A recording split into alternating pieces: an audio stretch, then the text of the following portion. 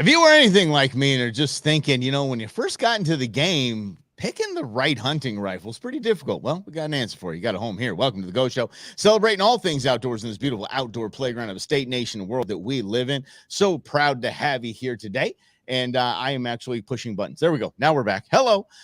With me is my guide, the man that will be helping me out on my hunt in November in 7 West. Knocking down a big bull and putting some bone on the wall. That's Chase Thompson of Apex Outdoors. Appreciate you, Apex Outdoor Club, excuse me. And it's great to have you here. And he's becoming my guru in all things getting ready for this hunt. So please play along, especially if you have any questions for my man. He just does he does the most when it comes to veterans in the outdoors. And if you have some questions for him, definitely fire off on those. And we'll definitely go from. Yeah, of course, this is our show. We get to just kind of maneuver through as we do. So let's jump on this if we could, my man. I heard in my research over the 11 years doing this program, the number one rifle that I heard for North American hunting, like you get one, it's on. If you asked my grandfather say 270 all day. That's it. It shoots flat. And that's all he would say. He would say nothing else about the firearm, but it shoots flat. That's all I got from him. Yeah. I've shot 30-06 since he got me one. Why wouldn't he have got me a 270?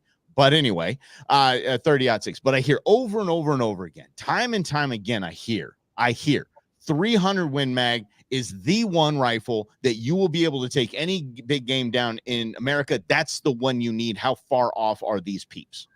So that is actually probably one of the most accurate statements, 300 Win Mag, because the fact that the power that it holds, it's also a flat shooting round like the 270. As far as the 30-06 that you're talking about, that the old man got you. It's going to be. That's because they're looking at it on a standpoint of kind of probably how I would as well. 30-06 is the most renowned round. They're carried in every store. They're never off the shelves. Everybody has 30-06 in their house, regardless if they even have a gun or not, because at some point they probably had 30-06. And plus also in a survival situation, if you had to, survive and had to bust into someone's cabin to, because your car wrecked and all you had on you was a gun, you got to take down a bear, but you don't have, you see what I'm saying? So, but right. Yeah, 300 Win Mag, the reason why for that is the 300 Win Mag, it's also a flat shooting, hard hitting, and long range gun. I mean, you're talking easy 800-yard shots with minimal adjustments on the turret of the scope, and if you're good at windage, you don't even have to adjust the scope, turrets, and do the adjustments as long as you know the distances and you do a proper dope chart. And now dope chart, I don't want to make sure, make people think that we're over here, smoking the ganja, but no, you got to dope the scope, buddy. Yeah, dope the scope. So, and I go out there and like how I do my shooting, having done sniper operations and stuff, is actually we dope our stuff. So we don't actually have to make the adjustments. We still make the adjustments for the long shots, but for the short, but for the quick shots where you have to, shoot on the fly, longer, short ranges within 300 yards, 600 yards, etc. We just have it. We have to tape it on the side of our stock. So like, 400-yard shot. All right. So I know I got to adjust my, I'm having a brain fart here. We just call it up and down. Yeah. So yeah. So up and down. Yeah. So just have to adjust that by visual. So okay. So yeah. So Win Mag is great. Now so here's my question, and of course this is a very important question. I'll see if you answer this right. Mm-hmm. The success of our outing is depending on this. And by success, I mean basically campfire hanging out and ribbing each other. Because so I have a 30-06 and 180 grain. I think it'd be fantastic for damn near any big ass beastie elk. Yeah. Do I need to go get a 300 Win Mag? No, definitely not. You answered that incorrectly. So I'll rephrase the question. Probably for the type of terrain that we'll be experiencing in 7 West, and it's very different than any other terrain in all of Arizona and North America hunting. So if I were to rely on the number one big game rifle in America, should I go out and get a 300 Win Mag? Yeah. I mean, if yeah. Get you. Obviously, I believe you're probably trying to talk the old lady into letting you get a new gun. That's what you're going at. So, and you're trying to. Why would you even say something like that? We are strategizing a very important hunt in November. So I'm not trying to convince anybody of anything. No, but yeah, 300 Win Mag. That's going to be your way to go if you don't already have it. See, I thought you were saying you have 30-06, and if you could do it, yeah, you could do it with practice. Practice with any gun. I've seen elk taken down with a 150 grain 270 round. I've seen elk taken down with 30-06, 308, 300 Win Mag. I've seen elk taken down with a 6.5 Creedmoor. There's a lot of bashing on 6.5 Creedmoor. There's a lot of people that say only man buns carry a 6.5, but it is the CrossFit of rifle loads. It really is. I mean, can we be honest? Because everybody that gets a 6.5 Creedmoor, that's all they will say. They will not shut up about their 6.5 Creedmoor. You're right. So I have my dual purpose rifle. I have a rifle that's dual purpose. I built it in order to work as long range, sniper operations, as well as CQB, close quarters battle inside the home, because of how versatile the round 6.5 is. However, when it comes to hunting though, you got to think of the foot-pounds energy that is produced by the round itself, which is basically just a smaller version of a 270 in a 308 casing.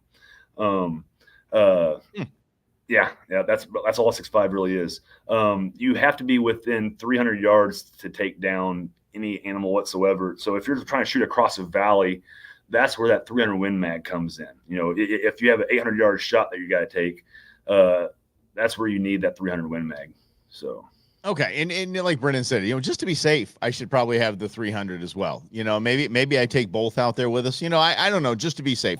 It's better to have it, not need it, than need it, not have it, is always what I say. And Jim's bringing the heat here. Browning X-Bolt Max LR 300 Win Mag on sale $450 at Sportsman. Is that a good deal? That's actually a great deal. That's about typically a $700 gun.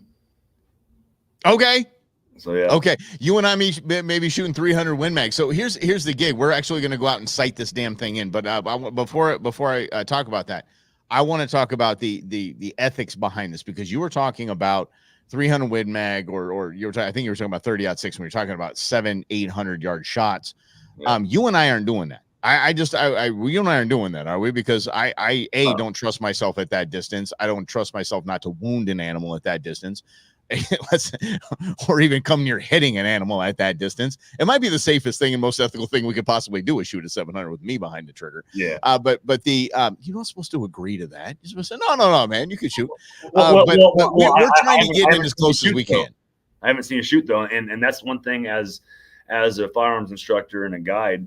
Obviously, firearms instruction and safety and your capabilities is on the forefront of my mind when it comes to operating that firearm. And then as a guide, what's on the forefront of my mind isn't even you at this point. It's one followed by ethics of the hunt. If you don't have ethics and your moral compass isn't straight, then I don't want you with me, because I have to make sure that, a lot of people think that hunting is just a bunch of blood craved, lunatics, out there trying Yosemite Sam's. Trying to beat chests and whatnot. Bang. But the thing is, though, is in all reality, we're conservationists. Hunters, outdoorsmen, sportsmen alike, where we fit the bill for Arizona Game and Fish, and for them to pay their DEC agents, and for them to have the animals to get them the water and give them the habitat that they need. So. Having the ethics to be able to enjoy it. My son's 8 years old. He can shoot like the best, but he hasn't started hunting yet because he doesn't have that maturity levels yet to hunt, and he just wants to shoot stuff. And that's not the way that I'm bringing my boy up. Yeah, exactly. Yeah, he's like, if it's brown, it's down, Dad. Let's go. Yeah, no idea. That's exactly how he is. Yeah, pump the brakes. Pump the brakes. Yeah. We're gonna do that. But no, I do. I feel comfortable, especially in archery. I'm not comfortable with anything over 50 yards. And actually, let's say 40 to 50 yards is still questionable to me. I mean, this is how it is. Same with anything over 250 for me, and a rifle with a rifle. I'm just not just not comfortable with it because of the ethics, not because, oh, damn, I'm going to miss my shot or I'm going to miss my opportunity now. So if I take a shot, it's going to scare away miss. What? No, it's just that I don't want to wound an animal and I don't want to take an unethical shot. And I think I've been preaching that on this show for 11 years is that I hang out with ethical hunters. You're going to meet them. I hang out with ethical people that don't toe a line and try to try to push the boundaries of ethics. So it's kind of we're on the right team. I'll tell you that much. Yeah. Well, I've actually ended hunts due to ethics, and I've actually, I've given money back. Like, you know what? And they complained, bitched, griped about it, and I'm like, well, here, I don't care. Here's your money back. You can have the whole week back. I don't care because I'm not going to be out here. I'm not going to associate myself with you. You're not going to go back and tell your friends, oh yeah, this guy is a great guide. He kind of, I slipped him 100 and he let me do this way. No, I ain't playing that game. No, there's no way. Actually, funny story. Headline that I saw yesterday was fabulous. It was a headline about a woman, a single woman who was on the dating sites, and she was a hunter. And so she some dude, I don't know, swipe right, left, however the hell that works. But the guy was like, hey, all right, you got a hunter here. All right, what's up? And they started talking hunting and stuff like that, and they started flirting with each other, and they started hitting it off, and the woman started talking about one of the pictures that she has on her site, on her page or profile, that basically she took unethically. She poached, essentially. So she was giggling about it and go find out. Well, she forgot to ask the guy she was flirting with what he did for a living. Oh boy, I know where this is going. He's a game warden. That's awesome. Yeah, so I don't think there was a love match there by any stretch, but she did get prosecuted on that whole thing by just admitting. Oh man, could you believe that luck? I mean, but if we ever have done anything unethically in the outdoors, if we ever have, maybe we screwed up and maybe you hit a white wing in the second season of dove or something like that. I mean, you're like, or maybe you shot before first light or shot after light because you're trying to get your limit or something like that. You share that in very specific company. The company that exactly who you're around and say, sunset was 6:30, but it's 6:35. I limited out. You know what I mean? But you don't say that to strangers. No. I mean, when I was younger, we don't get old and wise without being young and stupid, right? True. And so when I was young and stupid, I was that guy. I did that same exact thing, and we had a saying. We called it the 3 S's: shoot, shovel, and shut up. Now you're not from here, then? No, I'm from Missouri. Yeah, Missouri. Okay, so that was so Missouri what you just said. I used to live in Missouri. That was one of the most Missouri things I've ever heard somebody say. Yeah. Yes, and that's where I got, if it's brown it downs, it flies it dies. That's where I got that from as well. Yeah. So the Midwest it's funny when people ask me what I hunt for. What do you hunt for? I said, I do it all. And they said, what do you mean? I said, if it's got wings, 4 legs, and fins, I go for it all. And then like you hunt deer, I'm like deer, elk, pronghorn, anything that I can get a tag for, I put in for every tag I possibly can. Yeah, and I actually I think one of the things I heard in Missouri was, what do you mean you're up in a tree stand? He goes, oh man, he goes, my tree stand's got 4 tires, a radio, and a heater. I'm like, oh, you guys. So when I was 13, I took a 16-point non-typical, and I actually took it from sitting at the base of a large oak tree at 100 yards with a 270 Remington 700 270, and my stepdad was so mad because he had a beautiful Weatherby Vanguard 300 Win Mag, and he shot at the deer as it was running and missed, and it caused it to come towards me, and I took it. And he had this huge, we spent all summer building this thing. It was a 12 by 12 room with windows that drop down. Oh yeah. So you would turn the thing and you pull the window down or you put it back up, and you had to climb a ladder to get up inside of it. Had a Coleman heater and everything in there.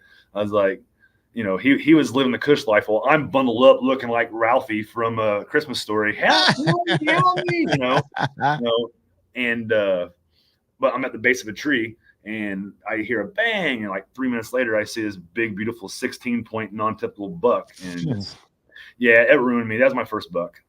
No way. Yeah, it's nothing. It's all downhill from there, champs. Like, oh no, I just got some doe tags. I'm good. Yeah, sorry guys, I just got some doe the tags. one I have hanging on the wall now over here is a 12 point that fell off the wall, and one of the horns broke off. So it's 11 point now. 11 point, yeah. And so, just so you're aware, the Arizona folks, Midwest counts all the points. Where here, I know a lot of the Southwest hunters, they count one side. Yeah, one side. Yeah, 10 point would be a 5 point. 6 by, or a 5 point. Yeah, or whatever. Right. Yeah. Oh, count the damn tips, guys. Come on, let's go. Let's just count the things all. If you can hang a ring on it, it's straight up. It is a point. It is a legitimate point. So Matthew, I love your statement there. I love to hunt squirrel. That's actually one of my favorite. So on any hunt I'm on, if I see squirrel or coyotes, it becomes a squirrel and coyote hunt. It doesn't matter what it is. I'll shoot. That's good to know. In a new location. The reason being is I can actually take a squirrel and I will skin it out and I'll make it taste just like Santeezy's chicken wings. Okay. Yeah. You're hired. Okay. I have never hunted squirrel and I've never ate squirrel. Really? To my knowledge. All right. I'm pretty sure my grandfather tried to give me a try. I think I tried maybe once. I just don't remember it. So yeah, I'm all about squirrel hunting. I would think that would be a blast. I used to do a lot of kayak fishing out of La Jolla, out of San Diego County, and the kayak fishing, usually the people out there on Hobies, because it's kind of like the local company, Hobie, the Hobie fishing kayaks. Yeah. And there was a guy that I met when I was at the factory that invented their Mirage Drive. And if you don't know what the Mirage Drive is the pedal propulsion of a Hobie fishing kayak. And all of these people, Southern California liberals to the nth degree, fishing is acceptable, but hunting, oh, hell no. Yeah. And so I kind of make he asked me about my show, and then I mentioned hunting as part of my show. And right when I said that, and you all know you've been in a situation like that before where you're like, just and it's hunter. You're like, okay, I want that back. We're not going to talk hunting. Please don't just destroy me right now. He goes, the funny thing is, though, is the same ones that are complaining about that are also out there riding their kayaks up to the oil rigs and protesting oil, not realizing that plastic is actually a petroleum byproduct. True. Yeah. Yeah. I saw all the petroleum that went into those rotary molders, those big guys. I saw all the plastic going in there, but he goes, oh my God, you're a hunter? I'm like, yeah. He goes, I hunt elk. And I'm like, okay. And he goes, you know what else I hunt? Squirrel. And I'm like, okay. He goes, I hunt squirrel when I hunt elk. I go, well, that kind of seems a little counterproductive. I mean, you're firing off a shot at a squirrel. He goes, I use a wrist rocket. Dude uses a slingshot. He goes, I am a sniper with a slingshot. I'm like, no way in hell. He goes, yeah, I take squirrel out all day.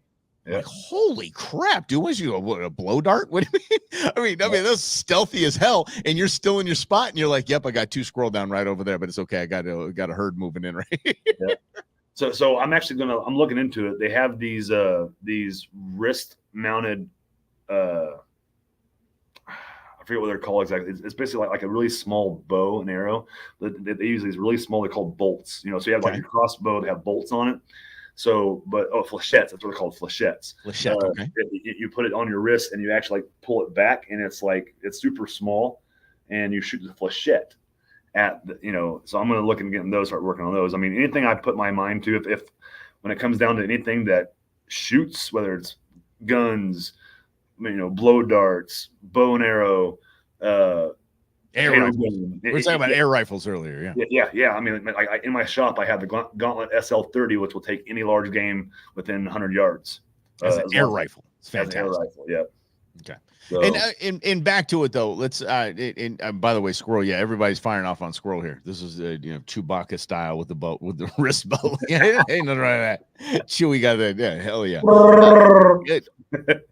You like well that? Played. Holy. I did not expect that to come. Yeah, wow. Well, if you saw me with my shirt off, you'd understand. Okay, yeah, holy, makes a whole lot of sense. You speak fluent Wookiee. That's fabulous. Oh, you're heading out to Disneyland this just got back. You just got back. How the hell was it? It was great. It was great. Yeah, I took my son for his 8th birthday. Had a 4-day Big 8, grade 8 birthday trip. We did Nice. Mission Beach on Friday. Did Disney 2 days, park hopper. That's why I got so good at the Wookiee. Yeah. On Saturday, Sunday, then went to Magic Mountain on Monday. So yeah, Cool. my son is spoiled. Yeah, he's my That's only awesome. child, and he's a good Yeah. boy. So Ain't nothing wrong with that. I'd bankrupt myself for spoiling my kids. I know exactly what you're talking about, man. Tell me how Rise of the Resistance was. Was that probably the best damn ride ever?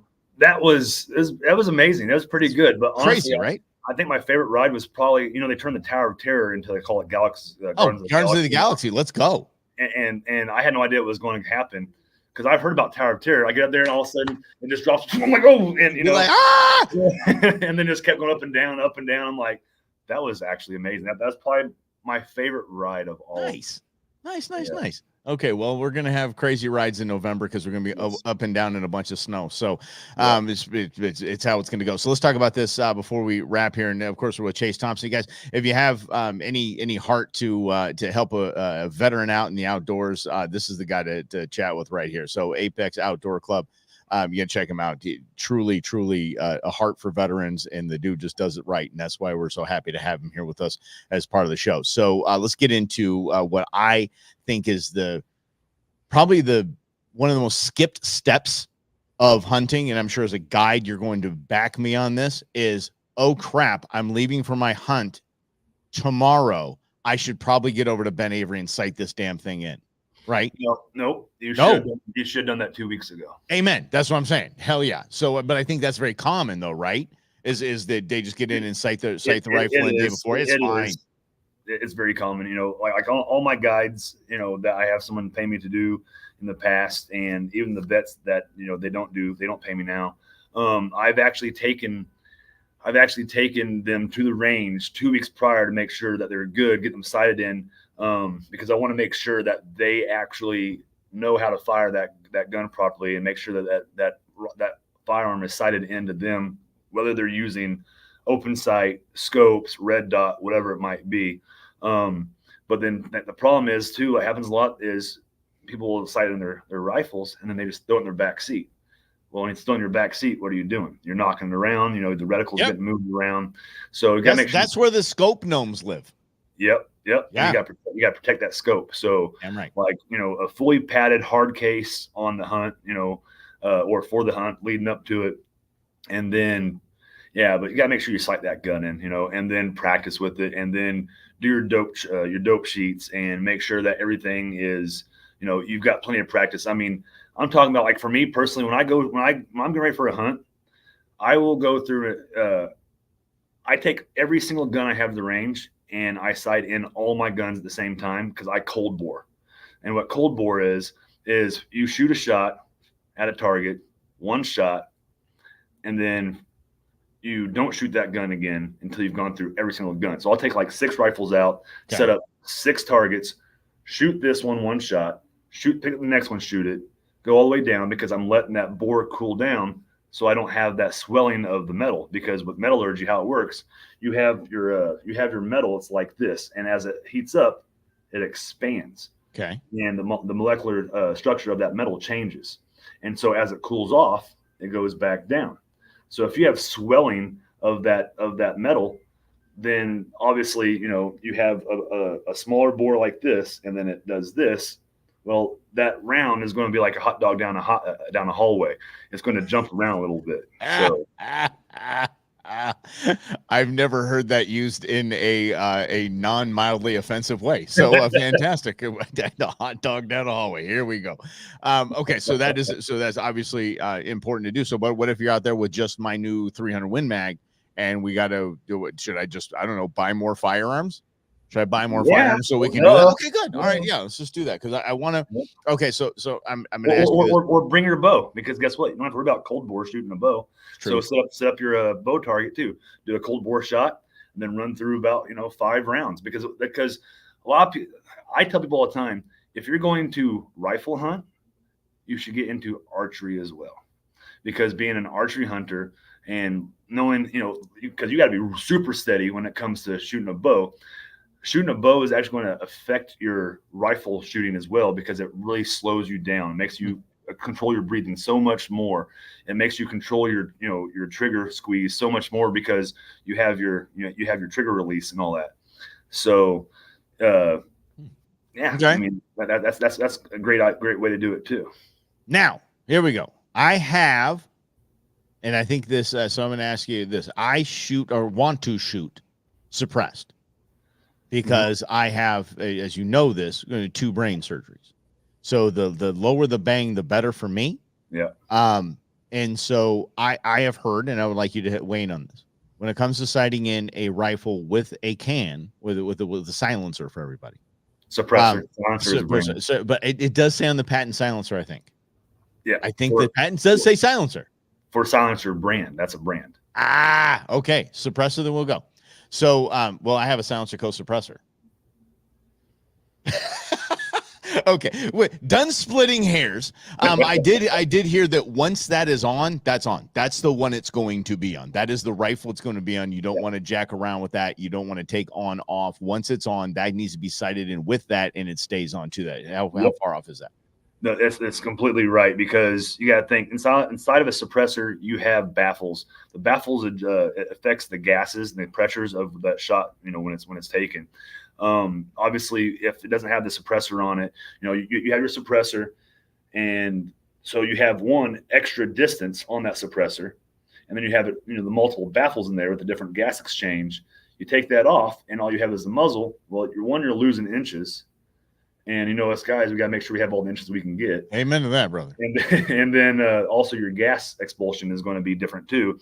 So it's going to change your shot pattern and your grouping dramatically. Okay, so that's what I shall do. So we shall say now when sighting in, how important is, and I've had this ingrained into me from a man who said 270 because it shoots flat. How important is it for the same damn box of ammunition? You sight in with it, you sight in with that. That's either the brand, whatever. But my grandfather was like, same damn box, buddy. You need to have, how important is that? So back then, yes, because technology wasn't as up to date as it is now. Today you can use different brands, even different, but you got to make sure you use the same grain every time. Okay. What I'm going to highly suggest, though, to where he's still right on that, because every batch is different. You have batches that are going to be different, and they come from a certain batch. If you grab a box of ammo, brand new box, you've done all your sighting in with some cheap 150 grain or 180 grain or whatever it might be, and once you've done that, you switch to the ammo that you're going to take. The more expensive, precision, Hornady, Precision Hunter, or whatever it might be. Sure. And you confirm your zero. You give 3 cold bore shots to confirm that you're hitting zero. And then you give 3 consecutive shots. So you've shot 6 rounds out of that 20 round box. And you know that those rounds are good. Now, the thing is, potentially one of those rounds could be bad. It just luck of the draw. Sometimes Murphy's Law, that's the way it is. But that's when you stick with the same one once you've confirmed your zero with that one box, and you still have, you've shot 6 rounds. Now you still have 14 cartridges left in that box. You put 3 in the mag and 5 in the sleeve, which if you need that many shots, I'm probably going to pull you off the hunt anyway. Yeah, I was thinking about just going full auto and just, they're all going to go, oh, one might be bad. Don't care. Don't tell me that, because that's against regulation. No, I would. Yes. Yeah, that's why I would say I kid. Yeah, I totally kid. Chase, it's so awesome to have you here and answer all these questions. And just so Jim did say it was $450 off. Oh, okay. That makes sense. Yeah. Okay. Because I got excited about $450. I was about to just exit here and cancel my next show and go get one. But I think $450 off is it. But anyway, thank you. Let everybody know where they can get a hold of you, your physical location, your website, please, sir. All right, yeah. So 4920 West Thunderbird Road, Suite 108 in Glendale. And then my website is www.patriots with an S, patriotsoutdoorclub.com. You can find me on Instagram at Patriots Outdoor Club, TikTok at Apex Outdoor Club, and then Facebook for Apex OC, American Patriots Extreme Outdoor Club, or Apex Firearms AZ. And then if you want to talk to me, give me a call. Phone number is 480 708-1564. Phone calls are free. I'll answer any questions, get you in the store here. I got guns for sale. I got ammo for sale. I got a lot of tactical equipment. It's a lot of good stuff. So, all right, you guys got to check them out. And tomorrow, y'all, Dan's going to join us. I know, Chase, I don't know if you know Dan, Dan, the blind hunter. No. Well, actually, yes, I do. I met him at the Ben Avery Outdoor Expo last. At the expo, yeah, exactly. March. Yes. He went on a moose hunt, so we're gonna recap the moose hunt tomorrow, right here on the Go Show, celebrating all things outdoors. This is a beautiful outdoor playground of a state, nation, world that we live in. See you tomorrow at 11, y'all. All right, thank you.